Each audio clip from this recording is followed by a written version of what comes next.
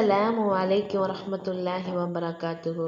சில நாட்களுக்கு பிறகு யூடியூபில் உங்களை காண வந்துள்ளேன்.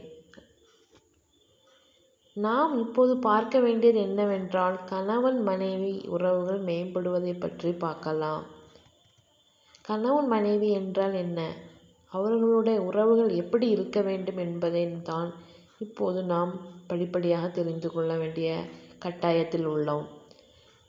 புகைப்பிடிப்பதால் எப்படி உடல் மெதுவாகவும் அமைதியாகவும் பாதிக்கிறதோ, அதே போல்தான் திருமணத்திற்கு பின் ஒரு சில குணங்களை கணவன் மனைவி இருவரும் வெளிக்காட்டுவதால் திருமண வாழ்வு விவகாரத்தில் முடிகிறது. விவகாரத்து எளிதில் ஏற்பட காரணம் ஒருவரின் குணங்கள் தான். எனவே மனவாழ்வை கெடுக்கும் குணங்களை முற்றிலும் தவிர்த்தால் நிச்சயம் திருமணத்திற்கு பின் நல்ல வாழ்க்கையை வாழலாம். நிறைய மக்கள் விவகாரத்து ஏற்படுவதற்கு காரணம் நாம் இல்லை, மற்றவர்கள்தான் என்று கருதுகின்றனர். உண்மையில் விவகாரத்து ஏற்படுவதற்கு காரணமான குணங்கள் ஒருவரது மனதில்தான் உள்ளன.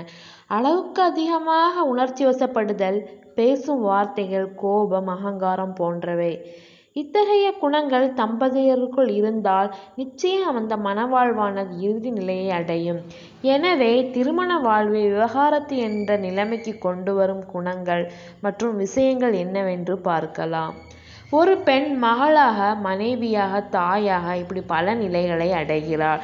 ஒரு பெண் சிறந்த பெண்ணாக மாற வேண்டுமென்றால் எல்லா நிலைகளிலும் தன்னை சிறந்தவளாக உருவாக்கி கொள்ள வேண்டும்.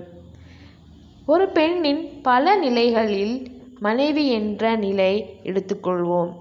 ஒரு பெண் ஒரு ஆண் மகனுக்கு மனைவியாக வரும்போதுதான் எவ்வாறு நடந்து கொண்டால் கணவரின் அன்பை பெற முடியுமோ அந்த முறைகளை தெளிவாக தெரிந்து கொண்டு அதன்படி தன்னுடைய செயல்பாட்டை அமைத்து கொள்ள வேண்டும். மனைவியானவள் எவ்வாறு கணவனிடம் நடந்து கொள்ள வேண்டும் என்பதை வெளியிலிருந்து தெரிந்து கொள்ள வேண்டியதில்லை. இஸ்லாமிய மார்க்கமே இதற்கு தெளிவான தீர்வை நமக்கு சொல்லித் தருகிறது. இஸ்லாம் கூறுகின்ற முறைப்படி நாம் நம்முடைய வாழ்வை அமைத்து கொண்டால் எல்லா நிலைகளிலும் நாம் சிறந்து விளங்க முடியும். இன்றைய சமூகத்தில் கணவனுக்கு மனைவியை பிடிக்கவில்லை, மனைவிக்கு கணவனை பிடிக்கவில்லை என்கிற போக்கு சர்வ சாதாரணமாக நடைபெற்று வருகிறது. கணவன் மனைவியையும் மனைவி கணவனையும் சரியான முறையில் புரிந்து கொண்டால் குடும்பத்தில் எந்த விதமான சிக்கல்களும் பிரச்சனைகளும் ஏற்படாது. எனவே பெண்கள் தன்னுடைய கணவனுடன் எவ்வாறு நடந்து கொள்ள வேண்டும், எவ்வாறு நடந்து கொண்டால் கணவனின் அன்பை பெற முடியும் என்பதை பார்ப்போம் இன்ஷா அல்லாஹ். ஒரு முறை நபி ஸல்லல்லாஹு அலைஹி வஸல்லம் அவர்களிடம் வானவர் ஜிப்ரீல் அலைஹிஸ்ஸலாம் அவர்கள் வந்தார்கள். அல்லாஹ்வின் தூதரே, இதோ கதிஜா தம்முடன் ஒரு பாத்திரத்தில் குழம்பு அல்லது உணவு அல்லது பானம் எடுத்துக்கொண்டு உங்களை நோக்கி வந்து கொண்டிருக்கிறார் என்று ஜிப்ரீல் அலைஹிஸ்ஸலாம் அவங்க ரசூலுல்லாஹ்ட்ட கூறுறாங்க. அவர் உங்களிடம் வந்தவுடன் அவருக்கு அவருடைய இறைவனின் தரப்பிலிருந்தும் என் தரப்பிலிருந்தும் சலாம் கூறி அவருக்கு சொர்க்கத்தில் கூச்சலோ குழப்பமோ களைப்போ காண முடியாத முத்து மாளிகை ஒன்று தரப்படவிருப்பதாக நற்செய்தி சொல்லுங்கள் என்று சொன்னார்கள். மனைவியானவள் தன் கணவனை சரியான முறையில் புரிந்து கொண்டால் குடும்பத்தில் எந்த விதமான பிரச்சனைகளும் குழப்பங்களும் ஏற்படுவதற்கு வாய்ப்புகள் இல்லை. கணவன் காலையில் வேலைக்கு புறப்பட்டு மாலையில் களைப்போடும் சில சமயங்களில் பிரச்சனைகளுடன் வீடு திரும்புவார். கணவன் வேலை செய்கிற அலுவலகத்தில் பல சிக்கல்கள், துன்பங்கள், துயரங்கள், மனவேதனையளிக்கும் பல நிகழ்வுகள் அரங்கேறியிருக்கும். மாலையில் வீடு திரும்பும் போது வீட்டிலாவது நமக்கு நிம்மதி கிடைக்கட்டும் என்ற உயரிய நோக்கத்தோடு வீட்டிற்கு வருகிறான்.